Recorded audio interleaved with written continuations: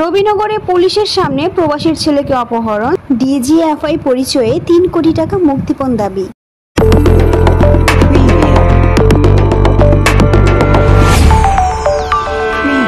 Nabinagar news, সময়ের সাথে সত্যের পথে। আল্লাহ হাজির নাজির করে কইছে আর আমি সত্য করে আপনার হাতে টেয়ার আমি দিতেছি, আপনি আমার ছেলেটা আল্লাহর রাস্তা আপনি দেয়া দেন।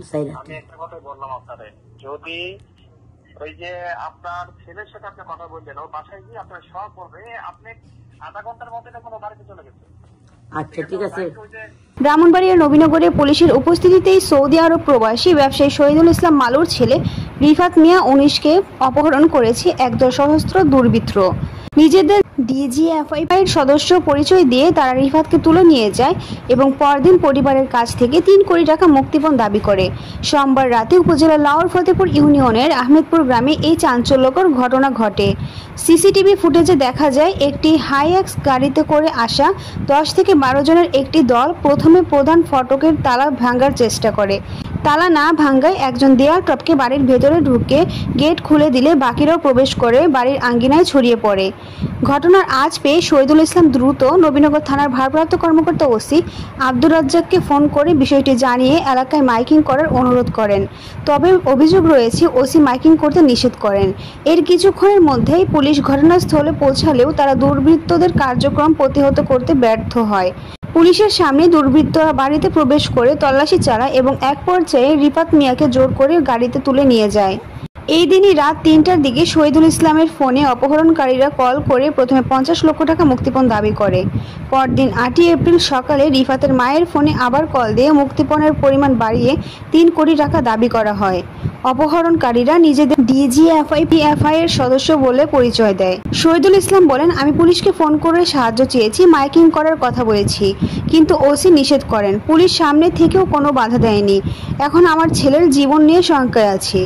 এই ঘটনায় পরিবারের পক্ষ থেকে থানায় মোহাম্মদ কামাল মিয়া, আবু কালাম আজাদ, কামাল খন্দকার সহ অজ্ঞাত আরো ১৫ জনকে আসামি করে একটি লিখিত অভিযোগ দায়ের করা হয়েছে। ব্রাহ্মণবাড়িয়ার পুলিশ সুপার এহতেসামুল হক বলেন, অপহরণকৃত যুবককে উদ্ধার করা হয়েছে এবং একজনকে আটক করা হয়েছে। এছাড়া পুরোপুরি ঘটনাটি আমার জানা নেই, তবে তদন্ত চলছে। আপনারা আমার সাহায্য করেন না, আপনারা তো আইনের লোক, এরা খেয়ে আসছে আমাদের বাড়িতে, আপনারা দেখেন না, আমি তো মহিলা মানুষ, আমি কি করব? কিন্তু আমি উপর থেকে সিলাইতেছি, কিন্তু থানার লোক কেউ পুলিশ আমাকে সাহায্য করে নাই।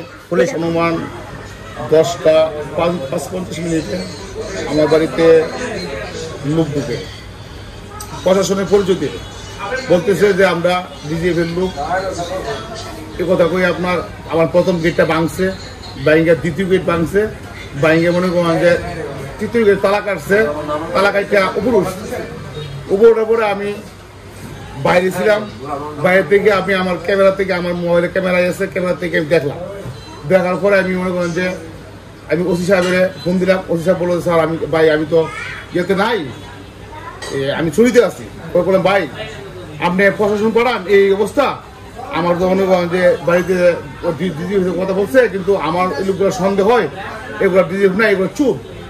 তো আমি মাইকিং করে দিই। তো স্যার আমাকে বললো, না তুমি মাইকিং করো না। তারপর আমি অনেকবার রিকোয়েস্ট করলাম, তাইতে অনেকবার ফোন দিলাম। ফোন দেওয়ার পরে ওনার সাথে কথা হয়েছে, কথা হওয়ার পরে ওনা কোর্স করাইছে। কোর্স আমার বাড়িতে গেছে 12টা 20 অথবা 25-এ বা 30-এ প্রথম যাওয়ার পরে ওই সময় মনে করেন যে আবার ওই লোকগুলা নিচে চলে আসছে পুলিশ দেখা। পরে আমি চোখে মাঠের থেকে দেখলাম যে জরিপ করলাম যে না, এই লোক তো ডিপিএফের লোক না বা কোনো সেনা কর্মকর্তার লোক না, এগুলো চুর। পরে আবার আমি ওনার ফোন দিলাম, ভাই পুলিশ দেখে যেহেতু না এরা চলে আসছে, এই লোক মনে করেন যে আমি করে দিই। পরে ওনা বলতে আমি দেখতেছি, বলো ভাই আমি দেখতেছি। তারপর আবার মনে করেন যে আমি ওনার যে ছিল, তার কাছে দায়িত্ব ছিল মানব ভাইরে আমি ওনার ব্যক্তিগত পার্সোনাল নাম্বারে কমপক্ষে আমি 20 বার ফোন দিই। তারপর ওনার সরকারি নবীনগর থানার যে নাম্বারটা 85 যে নাম্বারটা, এই নাম্বারটার মধ্যে আমি ওনার 100বার কল দিই, ওনা আমার কল রিসিভ করেন নেই। আমার সকালে আমার ছেলে যে সময় নাই, তারপর ওই সময় বলছে 3 কোটি টাকা দিতে হবে। তারপর আমি বললাম, আমার ওয়াইফে বলছি যে আমার ছেলের যদি হায়াত মত আল্লাহর হাতে, যদি আমার ছেলের হায়াত থাকে টাকা ছাড়া ইনশাল্লাহ আসবে। আমি কাউকে 10 টাকা দেই নাই। পরে 3 টাকা দিতে আপনার 3 কোটির পরে আসছে 60 লক্ষ। পরে আমাকে ডিজিএফ এবং সেনাবাহিনীর এবং আপনার কিনা বিভিন্ন সংস্থা থেকে আমাকে অনেক হেল্প করছে।